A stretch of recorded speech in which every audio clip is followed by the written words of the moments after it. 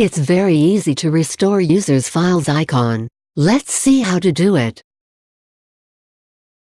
Right-click on Desktop. Choose Personalize.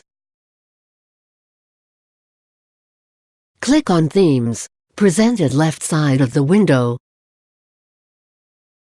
Click on Desktop Icon Settings. Click on User's Files icon. Click on Restore Default. Click on Apply.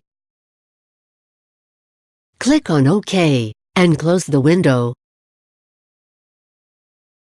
Now, User's Files icon has restored. To check out more tech videos, click here. To subscribe GuruAid channel, click here.